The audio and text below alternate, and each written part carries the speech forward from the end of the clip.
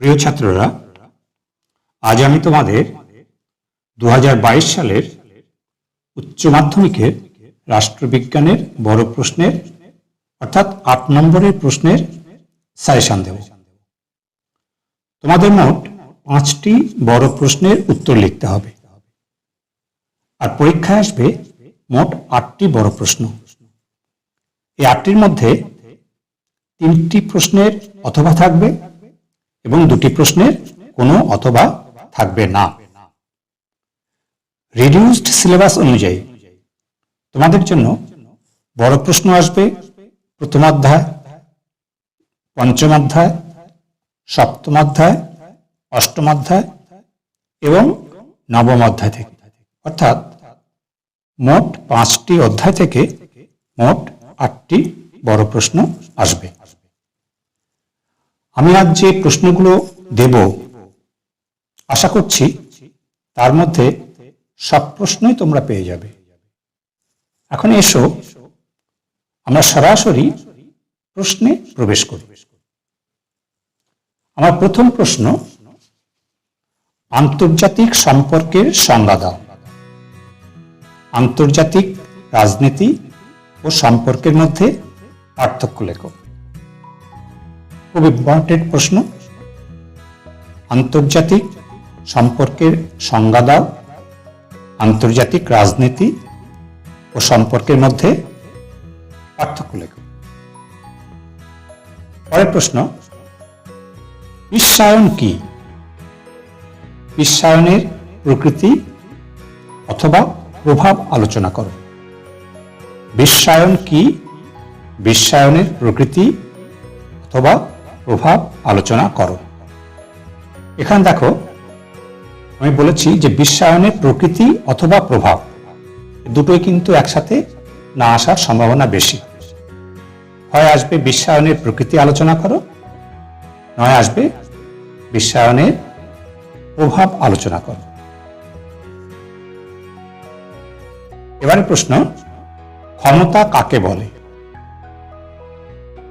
ক্ষমতার উপাদানগুলি লেখো। ক্ষমতা কাকে বলে? ক্ষমতার উপাদানগুলি লেখো। এখনকার প্রশ্ন, জাতীয় স্বার্থের সংজ্ঞা দাও।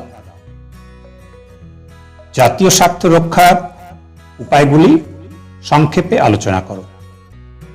জাতীয় স্বার্থের সংজ্ঞা দাও, জাতীয় স্বার্থ রক্ষার উপায়গুলি সংক্ষেপে আলোচনা করো। খুব ইম্পর্টেন্ট প্রশ্ন এটা। চলে আসছি পরের প্রশ্নে, মার্কসের রাষ্ট্রতত্ত্বটি আলোচনা করো। এটিও খুব গুরুত্বপূর্ণ প্রশ্ন। মার্কসের রাষ্ট্রতত্ত্বটি আলোচনা করো। পরের প্রশ্ন, মার্কসের ঐতিহাসিক বস্তুবাদ তত্ত্বটি ব্যাখ্যা করো। মার্কসের ঐতিহাসিক বস্তুবাদ তত্ত্বটি ব্যাখ্যা করো। এটিও গুরুত্বপূর্ণ একটি প্রশ্ন। পরের যে প্রশ্নটি বলছি সেটিও খুব গুরুত্বপূর্ণ। প্রশ্নটি হল, মার্কসের দ্বন্দ্বমূলক বস্তুবাদ তত্ত্বটি আলোচনা করো। মার্কসের দ্বন্দ্বমূলক বস্তুবাদ তত্ত্বটি আলোচনা করো। পরের প্রশ্ন, উদারনীতিবাদ কাকে বলে? উদারনীতিবাদের বৈশিষ্ট্যগুলি আলোচনা করো। উদারনীতিবাদ কাকে বলে? উদারনীতিবাদের বৈশিষ্ট্যগুলি আলোচনা করো। এবারে প্রশ্ন, গান্ধীজির অহিংস সত্যাগ্রহ ধারণাটি কি? গান্ধীজির রাষ্ট্রচিন্তার মূল ভাবনা ব্যাখ্যা করো। গান্ধীজির অহিংস সত্যাগ্রহ ধারণাটি কি? গান্ধীজির রাষ্ট্রচিন্তার মূল ভাবনা ব্যাখ্যা করো। পরের প্রশ্ন, ভারতের প্রধানমন্ত্রীর ক্ষমতা ও কার্যাবলী আলোচনা করো। ভারতের প্রধানমন্ত্রীর ক্ষমতা ও কার্যাবলী আলোচনা করো। এখনকার প্রশ্ন, রাজ্যপালের ক্ষমতা কার্যাবলী ও পদমর্যাদা ব্যাখ্যা করো। রাজ্যপালের ক্ষমতা, কার্যাবলী ও পদমর্যাদা ব্যাখ্যা করো। এবারে প্রশ্ন, মুখ্যমন্ত্রীর ক্ষমতা ও পদমর্যাদা আলোচনা করো।